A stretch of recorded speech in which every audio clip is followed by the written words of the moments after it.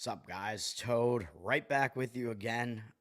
Thanks for the people who hung out late last night after I got back home for the college football video. If you haven't watched that, there's still time. It is long, though. It's like an hour and a half, hour, 45 minutes or something. You still got time because the games start in like 2.5 hours right now or whatever it is, or a little bit less than that, but at noon Eastern, and it is 9:45 Eastern right now, so 2 hours, 15 minutes. You can still go watch that video, or if you want my plays, I'll give them out again right now, and you can go watch the video to see the analysis later on if you want. I'm on Auburn -7, even though right now I think the best you can get on that is 7.5, but I like the side enough that I wouldn't hate it laying the 7.5 either, but obviously the 7 is better. UCLA plus 7.5, and I think the hook is gone there too, but I recommend just playing +7. I don't see that much of a difference, to be honest, between those two, because you'll still get the push if they lose by 7. And I'm on SMU -7, which that line I think is available, the 7. So those are my three plays in the college football slate there. On Auburn and SMU, it's more basically about, like, it's a misleading looking spread, basically. Like, these teams, the way that they're ranked and the way that they're perceived is different than what the odds makers are actually telling you. So that's the name of the game there. I have two NBA plays, which are going to be actually in kind of a similar theme, similar vein, and I don't even know if I like them that much, but it's just the way I look at these games leads me to these plays, and I don't have anything in the NHL, but I'll talk about NHL quickly. Just a couple of maybe quick thoughts on the NHL here. Am I sharing my screen? No, I'm not. Let me get that up. Let me get it up. Oh, all right. Last night's college football video, might also get nuked, by the way, so hopefully that doesn't nuke my channel. Looking at the NHL slate here, Dallas and Florida are playing in this weird 2-game event in Finland. I think it's in Finland. I keep saying it's in Finland, but I didn't go and actually confirm that, just because it's like whatever. I'm not really paying much attention to these games, but Florida, I believe, won the game yesterday 6-4, and now in this game, Dallas has flipped from +102 to -108. 57% of tickets, 69% of the cash on Dallas. So if you put any stock into like a quick revenge scenario there, maybe Florida won't maybe take the second game as seriously after they won the first game. If there's any stock to put into that, maybe it makes sense to lean to the Dallas side to get that quick revenge there and win the second game. It didn't work out in those Czech Republic games to start the season, though, as Philadelphia, I believe, lost both to New Jersey. So it's not really that strong of a look, but also you might see Knight in net for Florida here because they played yesterday. So since it's a back-to-back, they might not have Bobrovsky in net, and that would explain why Dallas is favored in this one, because Florida's the slightly better team, and Florida was favored yesterday. So the only reason I can think of, besides the fact that Dallas might have a little bit extra motivation, but that's not going to move the line to that extent. I think it's got to be the goaltending situation. So you can go look and see who the projected goalies are, but it's probably going to be Knight for Florida because it's a back-to-back, and that would be a somewhat significant downgrade. And then Dallas,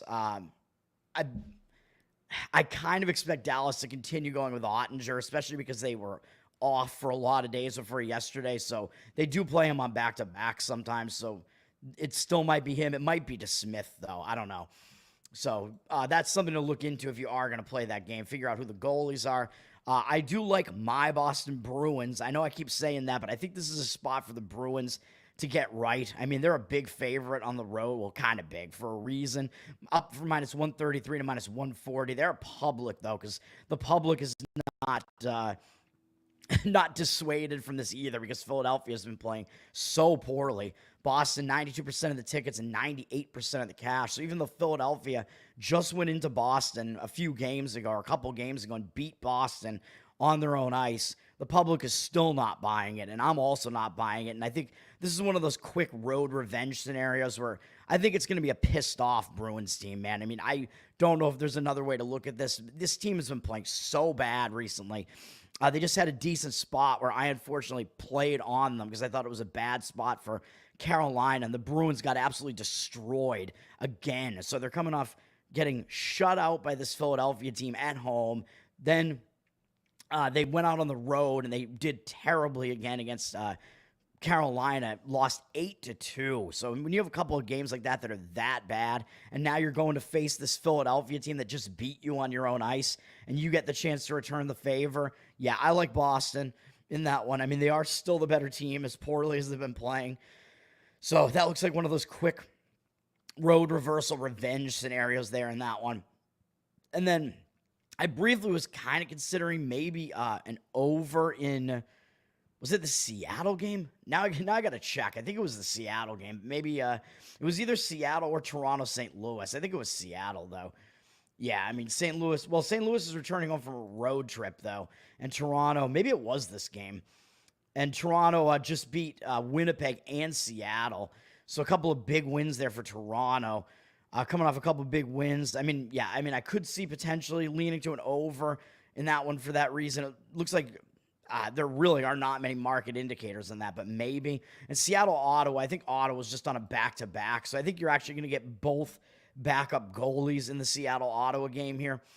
Seattle has had that day off, but Ottawa played really tough against the New York Rangers yesterday, and now they're returning home from that.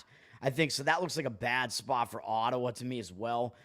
Seattle maybe in the more positive spot there because of that, although it was only a one-game road trip for Ottawa, so not even really a road trip, but Ottawa's down from minus 133 to minus 123, 75% of the tickets, 98% of the cash. So I lean to the Seattle side in that one just because they're maybe in kind of a bounce-back spot, and Ottawa played really tough on a back-to-back. They're playing a third game in 4 days and just came really close to beating the New York Rangers, one of the best teams in the conference. Tough game there, and because it's a back-to-back, I expect Ullmark will not be in net in this game. It will be Forsberg, I would assume. And with Forsberg, they're 2-2. He's been okay this year, but yeah, I expect Forsberg is going to be in net there. And I don't know, am I leading myself to actually adding a play here last minute on Seattle?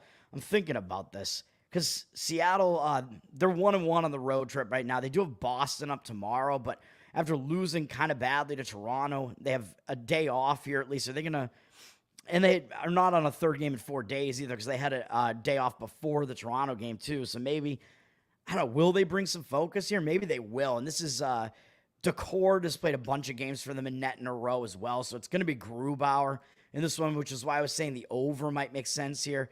Decord is the better goalie. Grubauer hasn't been that good. So I don't know, man. They're only 1-3 in Grubauer starts, and the only win was against Philadelphia. Man. And the other games, I mean, they lost to Colorado, Dallas. You can't really blame them for losing those games. He didn't actually play that badly in these games, though. His worst game was actually the one that they won against Philadelphia, and then they lost to St. Louis, which doesn't look that great. But his numbers have not been as good as Decord's. So, yeah, I mean, maybe I'll just stay off of it, but it looks like it's not the greatest spot for Ottawa there. And the line does look like it's moving a little bit towards the under there, which is a little bit strange for me to see. And then you got the LA Kings actually are, I think, in a bad spot as well because they are, I believe, returning home from a road trip, and they just beat Vegas, I'm pretty sure. So that's a pretty big win for the LA Kings there. Yeah, so they beat Vegas. Oh, no, they beat Vegas at home. Never mind. So they're not returning home from a road trip, but could be a little bit of a letdown spot there. Maybe they'll overlook Chicago a little bit, but Chicago, yeah, I mean, they haven't been playing that well. I was going to say, I thought they had turned it on recently, but they lost to San Jose, but that was off of beating Colorado, which was a pretty big upset win there for Chicago. So, I don't know. I mean, maybe they'll bounce back because losing to San Jose is always pretty embarrassing, even though San Jose has won 3 games in a row now or something like that. So, Chicago maybe in a bit of a bounce-back spot here. Continuing a road trip, though, so 4th road game in a row now. But L.A., I think, is in the bigger letdown spot there, and that line has dropped from minus 214 to minus 198, with LA being public, 77% of tickets, 73% of the cash. So a slight lean to the Chicago side in that one as well. You might be able to take the puck line. Scott, what's up, man? Good morning to all of you homos, obviously. What's up, Tommy? You liked my appearance on Horseshoes and Hand Grenades? Thank you, man. I had fun on that show. I would have rather have, like, I prefer when Ass Butt is there, man, because I like that banter that they have going on there with the two of them, Conspiracy Extremists and Ass Butt, where Ass Butt is more of like the the jokester and conspiracy extremist is more of like the straight man. Ass Bud is the gay man, is what I'm saying. So I had to fill in for him, obviously. That's why I went on that show. I was the gay man on that one. I'm glad you liked it, though. Yes, I'm on Gray Pilled tonight. I forgot which podcast it was. It is the Gray Pilled podcast, though, with Jules and Paranoid American. We're going to talk about 5 albums that I kind of like. And my apologies, I was not screen sharing, by the way. So here's that NHL card that I was just talking about real quick. Man, I get mad when I forget to screen share. But let's talk about NBA, and then I'll get out of here, and we'll watch some college football here.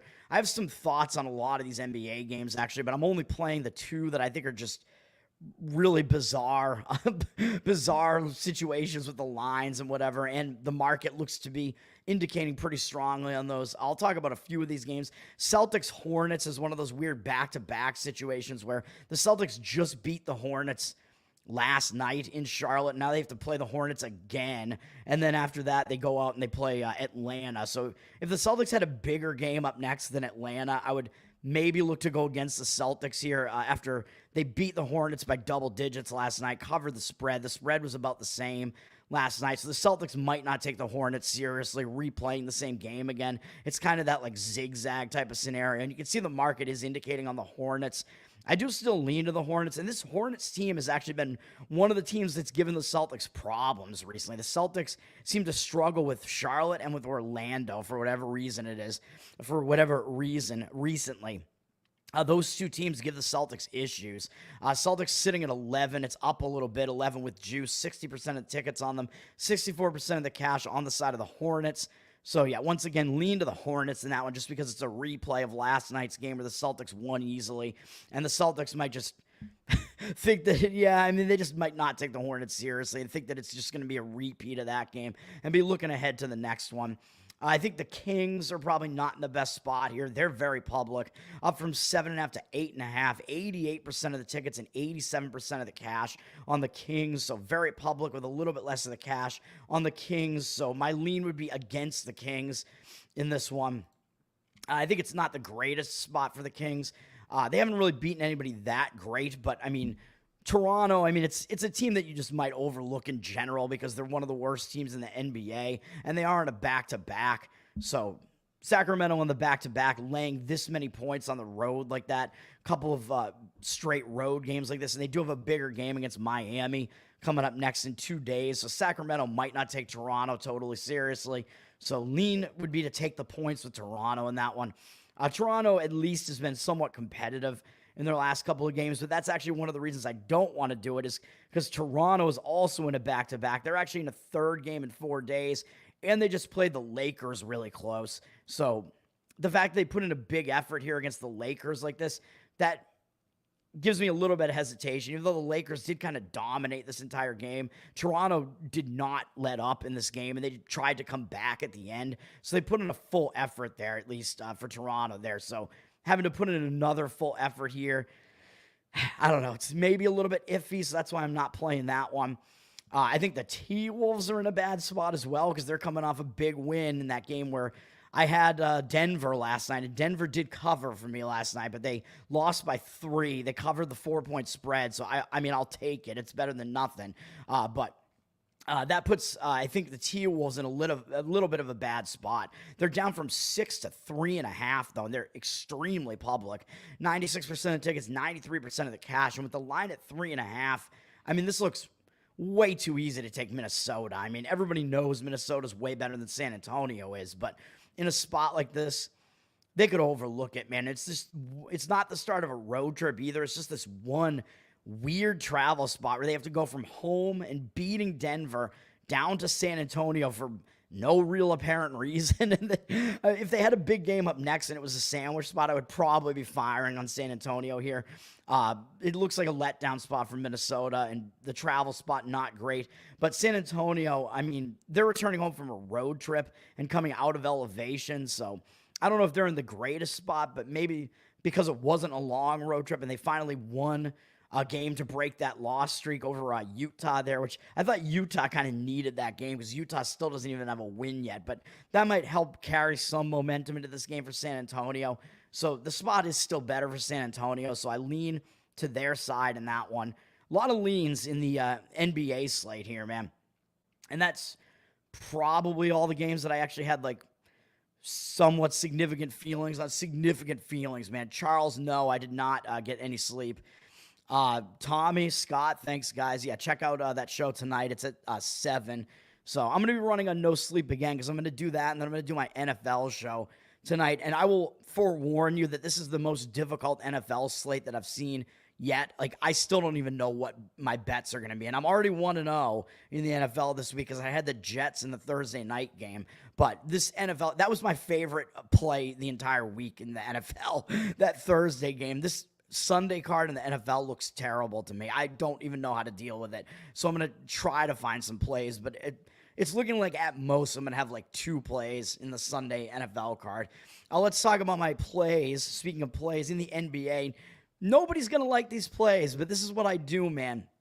I'm going with the teams with the worst records that look so ugly that you can't possibly play them, and the cash disparity looks like it's on both of them.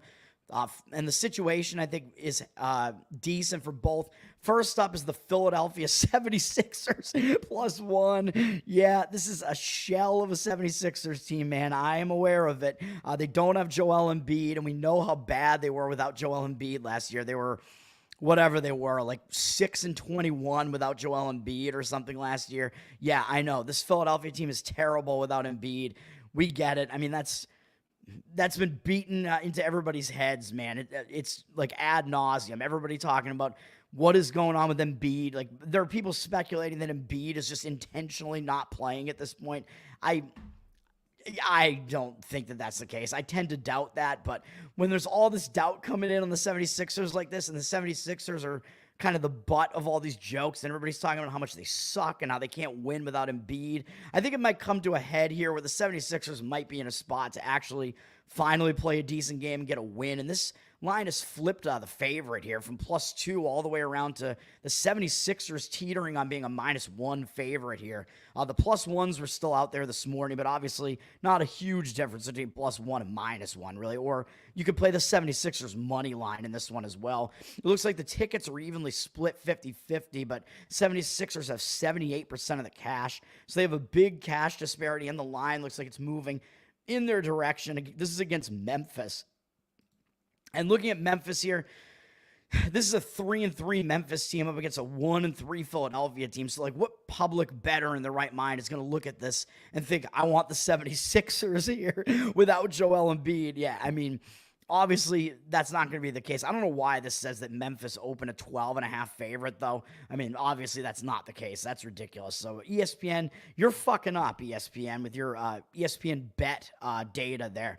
Not correct, but look at what Memphis is coming off of, man. Even though, yes, I know they're starting a road trip, but they just hammered Milwaukee.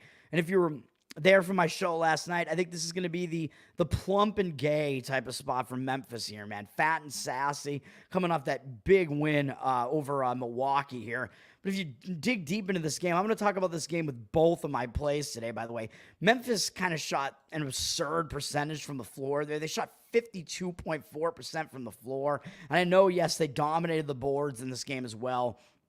So Memphis did outplay the Bucks in this game, but still, this is a big win for Memphis. So I think they're in a bit of a letdown spot. They could overlook this Embiid-less 76ers team that just hasn't been good at all recently. And again, like, this is kind of an unsustainable field goal percentage, man. At 52.4%, that's just way too high. Like, Ja Morant went off in this game. Milwaukee was actually a 6.5-point favorite. So the odds makers are kind of telling you what's going on here, and they're telling you Memphis maybe a little bit overrated right now, and maybe Philadelphia is a little bit undervalued right now. Memphis, as far as what they have next, I don't think they have any big game up next, really. They have Brooklyn up next, so I don't think they're going to be looking ahead, really. I wouldn't say that, but again, I think some of these teams are just not going to take this Philadelphia team seriously. And the other thing that the public bettors might do here is they're going to look at this and say, wait a minute, Memphis crushed Milwaukee by like 23 points, and Philadelphia, they got their asses handed to them.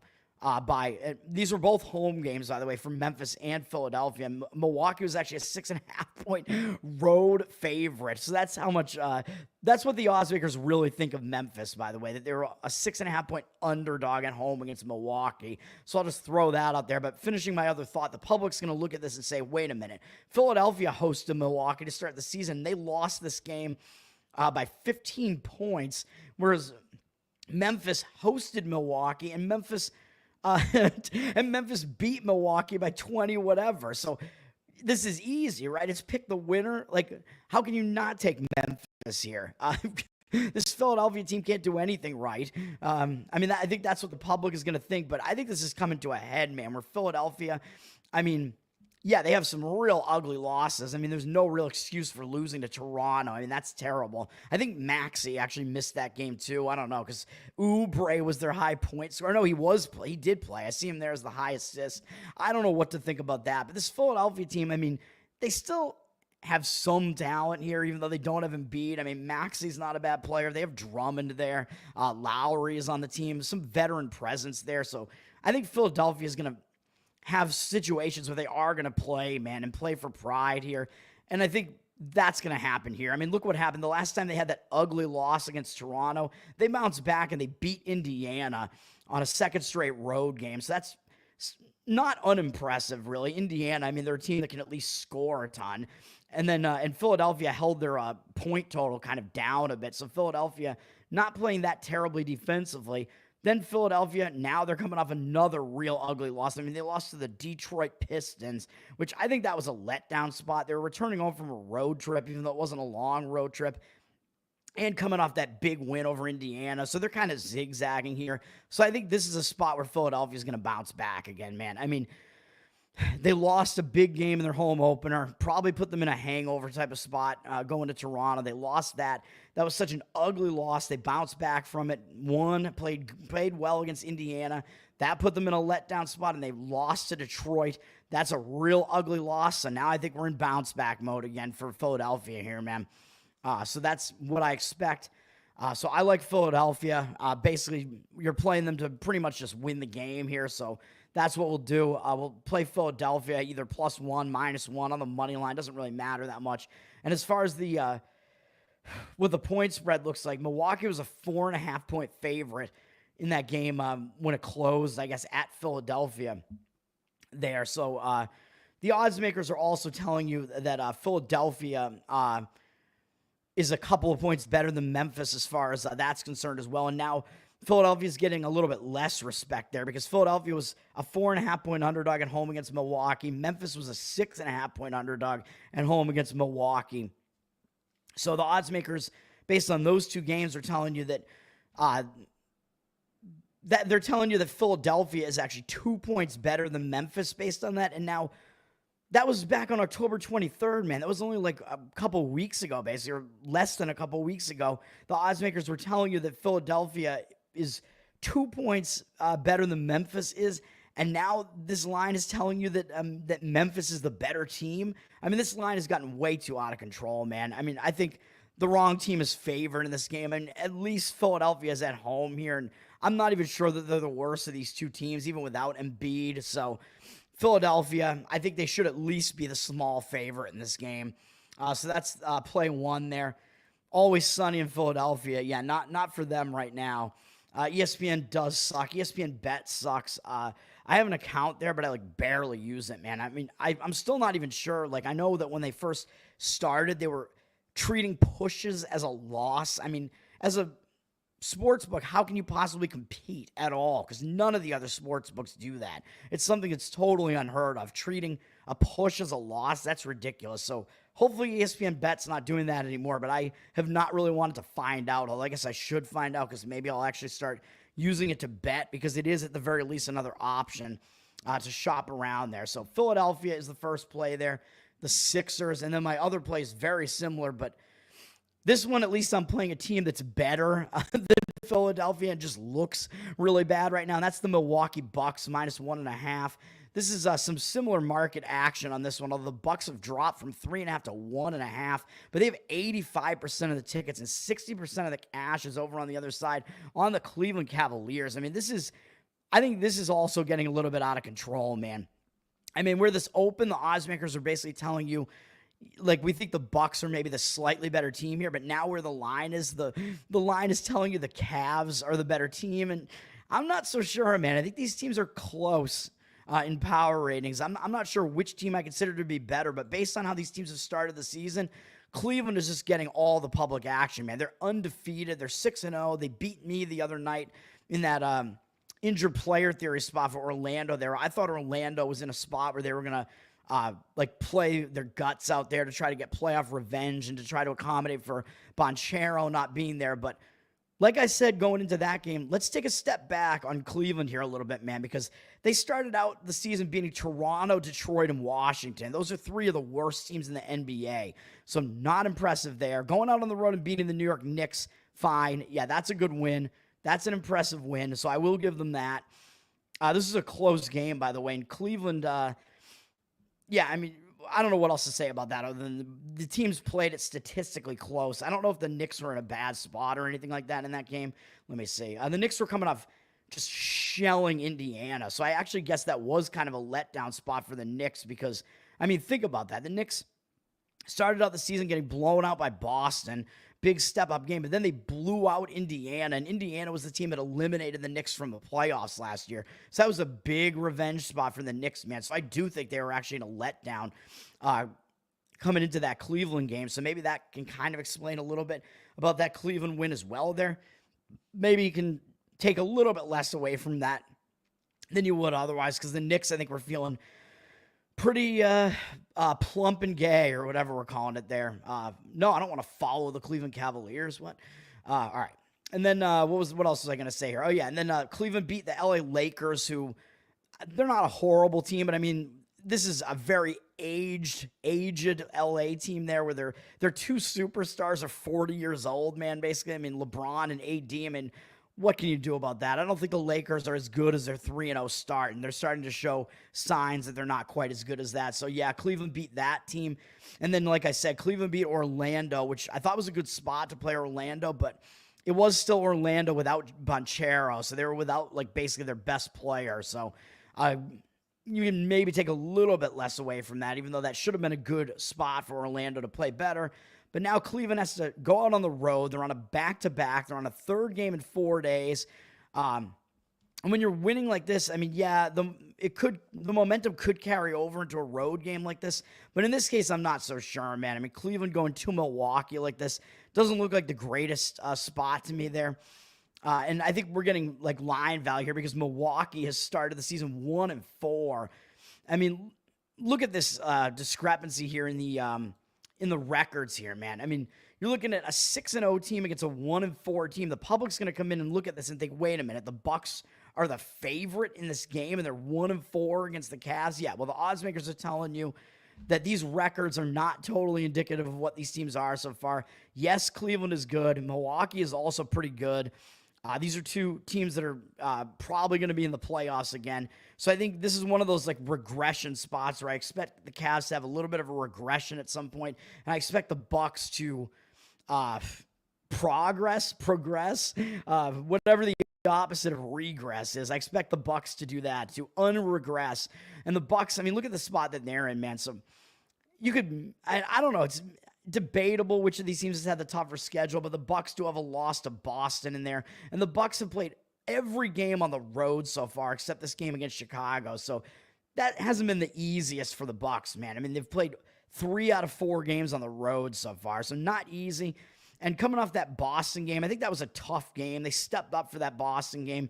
Pretty big loss, and they came out of that and they just did not play well against Memphis, and they got hammered in that game against Memphis. So I think part of it was because they were hungover from the Boston game, and it's just, yeah, that Memphis game, I already mentioned it, man. Memphis also really outshot them. They shot 52.4% from the floor, so something that's unsustainable like that. Maybe there's a little bit less to take away from that as well, but that's going to put the Bucks in a bounce-back spot, man. I know they are returning home from a road trip, and I don't love playing teams returning home from road trips, but it was only a 3-game road trip. It didn't last very long. It didn't take them, like, all over the place, really. It only took them up to the Northeast and then to Memphis, and now they're coming back home, so it's not, like, the worst road trip return spot, and they're coming off such an ugly loss, and they have an undefeated Cleveland team coming into their house that should draw their focus here. So I like Milwaukee for all those reasons there. So that's that other play. And then before I get out of here, I think, going to mention also Philadelphia. What was I going to look at here? Was it the Philadelphia-Detroit game? There was another game with like an unsustainable shooting percentage. Detroit shot 41.7% from three-point range against Philadelphia. I mean, that is also ridiculously unsustainable. I think that's what I was thinking of. Like, teams do not shoot 42% from three-point range usually, man. And that's just ridiculous. So and maybe that final score doesn't totally indicate really what happened in that game necessarily. So just a little bit of an added thought there about that game. So the plays again in NBA are Philadelphia 76ers +1, Milwaukee Bucks -1.5. I'm going with a lot of cash disparities here, man. I think we have the cash disparity in every one of these games. And college football, you can go check out my video if you want to see the analysis on these with my plays today. In college football, or Auburn -7, or you do have to lay 7.5 now, but I'm not opposed to doing that really, even though it is less value, obviously. UCLA +7.5 or +7, I think you have to take now, like I said, but I don't hate that either. And then SMU -7. So those are the three plays. You can go see the college football show for the analysis there. Memphis has a good basketball team. Yeah, well, that's because it's Memphis, and it's a lot of black people there. Plump and Gay. We'll talk about Top Lobster finally making a Better Off Dead shirt with these teams being Plump and Gay. Memphis, yeah, I mean, they have Ja Morant there, and I think he was like in jail for part of the season last year, so because he was like fighting teenagers on playgrounds or something, and he was wielding guns inside nightclubs and stuff. So very basketball behavior well, on his part there. But he is playing right now for Memphis, so they do have their best player there. But even so, I still think the spot is dictating a play on the 76ers there. Thanks for hanging out, guys. Scott, Charles, Tommy, thanks, guys, for hanging out. Doing all these videos. I feel like I'm live all the time, man. Again, check out the Gray Pilled podcast tonight, where I'll be talking with Jules and Paranoid American about 5 pretty recent albums that I do like quite a bit. So we're going to be running those down. And then I'm going to do my NFL video tonight, where, like I said, I still don't even know what my NFL Sunday plays are going to be, man. I got to get my thoughts in order on those NFL games, because it is a very difficult card for me to figure out this week. But that I'll be doing that late night, probably around midnight tonight. And the Gray Pill podcast is at 7 p.m. These are all Eastern time, so check those out. I'm Tower Gang Toad. Check out the Tower Gang podcast, obviously. Sign up for the Patreon, patreon.com/Tower Gang. You get bonus content, of course, pre-show, post-show. Hang out with us and submit mailbags in the Telegram, even though we only read Mark Vestibules. And the Bohemian Grove episode was a lot of fun. That's episode 200, so that is definitely worth checking out if you haven't seen it so far. It's a lot of fun doing it live, man. The chemistry is there live, because as a group, we've hung out like 5 times now, I think, with all of us, so we do have that chemistry there. So that episode was a lot of fun. We did a regular episode 201 this week after that, and rehashed some of it. I don't think it was as good as the live episode, though, but I mean, it's still Tower Gang, so you know what you're getting. And we played the Laney edits that we failed to play live at Bohemian Grove. One of them was meant to be played there, but we couldn't get the internet working, because Top had actually this is some inside baseball before I got out of here. Top had actually downloaded the Laney edit, which obviously is smart because you don't want to rely on the internet, but the problem was that we couldn't get the audio to play from the downloaded file, so then we had to go and use the one streaming from the internet, and the internet was just too slow to play it. So unfortunately, yeah, Charles, get in the mailbag, and if you do, since I'm kind of the one that controls reading the mailbags, maybe I'll try to get yours in there and bump yours up above somebody else's. But it's got to be a good one, though. Make sure that it's a good comment. People usually give us like ridiculous hypotheticals that we can riff off of, so keep that in mind. All right, thanks, guys. Once again, I am Tower Gang Toad, of course. Peace out. Let's have a good college football Saturday, and let's hope these hideous NBA plays also get me some more here. Let's do it. Peace out.